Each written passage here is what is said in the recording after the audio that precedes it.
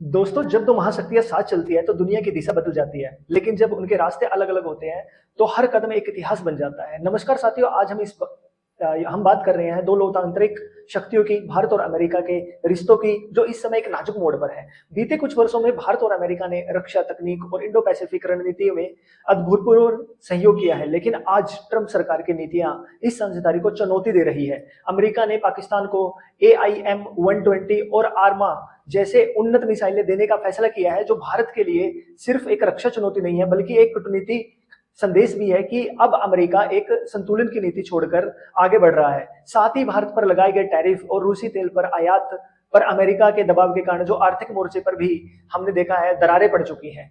क्या यह अमेरिका वही अमेरिका है जो कभी हौडी मोदी और नमस्ते ट्रंप जैसे आयोजनों में दोस्ती की मिसालें दिया करता था? लेकिन भारत झुकता नहीं है। हम कतर जैसे नए रणनीतिक साझेदार और ऊर्जा सहयोगी बढ़ा रहे हैं। हम अपनी रक्षा प्रणाली में अस्त्र, मिसाइल और S-400 और स्वदेशी तकनीक पर भरोसा कर रहे हैं। भारत की विदेश नीति स्पष्ट है कि हम मित्रता चाहते हैं लेकिन सम्मान के साथ, हम संयोग चाहते हैं लेकिन आत्मनिर्भरता के साथ। इस समय भारत को भावनाओं से नई रणनीति से काम लेना होगा।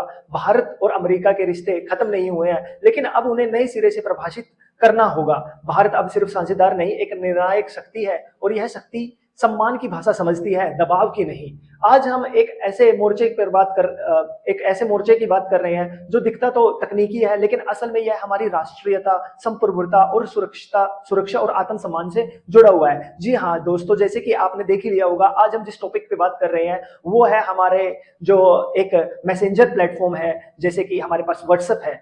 देखिए, अब व्हाट्सएप में और जो हमारे पास जो हमारा भारत का जो तैयार किया गया मैसेंजर है आरआईआई, उसके बीच में दोनों में अंतर क्या है? देखिए, व्हाट्सएप एक ऐसा ऐप है जो भारत के करोड़ों नागरिकों की बातचीत का माध्यम है, लेकिन यह एक ऐसा ऐप है जो भारत के कानूनों का बिल्कुल भी पालना नहीं करता है। क्या यह भारत की सुरक्षा चिंताओं को समझता है? क्या यह भारत के डाटा को भारत में ही सुरक्षित रखता है? तो जी हाँ दोस्तों, जैसे हमें पता है कि ऐसा कुछ भी नहीं है। ये ना ही तो हमारे डाटा को भारत के अंदर सुरक्षित रखता है और ना ही ये भारत के द्वारा जो कानून बनाए गए हैं उनके नियमों का पालन करता है। तो भारत सरकार ने ट्रेसेबिलिटी की जब इनसे मांग की थी ताकि वो हिंसक फैलाने वाले मैसेजों के स्रोत का पता लगाया जा सके, जो हिंसा होती है उसके अंदर आपको पता ही है व्हाट्सएप एक बड़ा ही महत्वपूर्ण भूमिका निभाता है। कहीं पर भी अगर हिंसक कोई घटनाएं होती है तो आपको पता है कि व्हाट्सएप के जरिए जो मैसेज है एक स्थान से दूसरे स्थान पर बड़े ही आग की तरह फैलते हैं। तो इस पर जो सरकार ने व्हाट्सएप के ऊपर जो हिंसा फैलाने वाले मैसेंजर का स्रोत पता लगाने के लिए उसकी ट्रेसेबिलिटी की मांग की थी, लेकिन व्हाट्सएप ने कोर्ट में भारत की इस चुनौती को भारत को ही चुनौती दी थी कोर्ट के अंदर। अब भारत ने आईटी नियमों को जो लागू किया है तो उसमें क्या है, जो व्हाट्सएप है उसने लोगों की निजता का हवाला देते हुए कुछ भी ट्रेसेबिलिटी करवाने से भारतीय सरकार को मना कर दिया। यह सिर्फ तकनीक की लड़ाई नहीं थी बल्कि भारत की प्रतिष्ठा की लड़ाई भी थी। यह सिर्फ तकनीक की लड़ाई ना होकर, और जो ये लड़ाई है इसमें जो सबसे ज्यादा अहम भूमिका निभाई है और जो अहम भूमिका में सबसे आगे निकल के आया है तो वह एक नया प्लेटफॉर्म निकल के आया है जो आरआईआई के नाम से है। जी हाँ, आरआईआई सिर्फ एक ऐप नहीं है, यह भारत की डिजिटल रणनीति का प्रतीक है। यह दिखाता है कि हम संवाद करेंगे लेकिन अपनी शर्तों पर, हम निजात देंगे लेकिन अपनी सुरक्षा के साथ, हम विकल्प देंगे लेकिन आत्मनिर्भरता के साथ। हम एक ऐसे भारत की ऐप की भाषा में बात कर रहे हैं, यह भारत के नियमों का सम्मान करती है। यह सबसे अहम बात है कि यह भारत के नागरिकों को भारत के सर्वर पर, भारत के अंदर ही सुरक्षित रखेगी। आरआईआई का मतलब है संवाद में चतुराई, तकनीक में आत्मनिर्भरता और नीति में राष्ट्रीय हित। आज भारत दुनिया को यह संदेश दे रहा है कि हम सिर्फ उपभोक्ता नहीं है, निर्यातक भी हैं। हम सिर्फ इस्तेमाल नहीं करते बल्कि हम विकल्प भी बनाते हैं। व्हाट्सएप के सामने आरआईआई की जरूरत क्यों पड़ी? क्योंकि भारत अब डिजिटल गुलामी नहीं सहेगा। भारत जो है अब डिजिटल दुनिया का नेतृत्व करना चाहता है।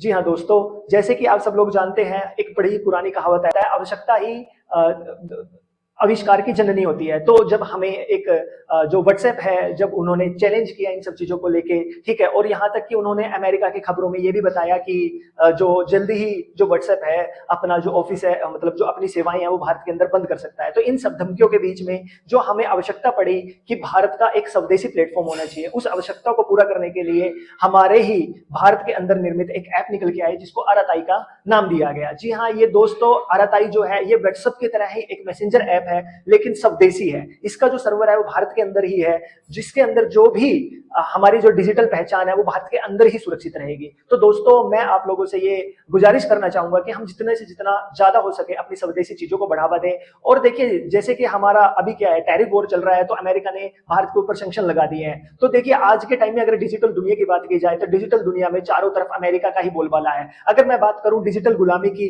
तो मैं ये बिल्कुल यकीन के साथ कह सकता हूं, अगर हमने जल्दी ही स्वदेशी जो एप्स हैं उनका निर्माण नहीं किया, उनका आविष्कार नहीं किया, उनको यूज नहीं किया, तो कुछ दिनों के बाद, क्योंकि पूरे के पूरे दुनिया पे अमेरिका की कंपनियां, माइक्रोसॉफ्ट, ठीक है, गूगल, अगर बात करें व्हाट्सएप, फेसबुक, मैं कोई भी सोशल मीडिया प्लेटफॉर्म ले लूं, कोई भी मैसेंजर ऐप ले लूं, कोई भी ऑफिशियल ऐप ले लूं, सबके ऊपर अमेरिका का ही दबदबा है। और अगर अमेरिका चाहे तो किसी भी देश को एक रातों रात उसकी जो अर्थव्यवस्था है उसको गिरा सकता है। वो कैसे? वो डिजिटल वार के द्वारा।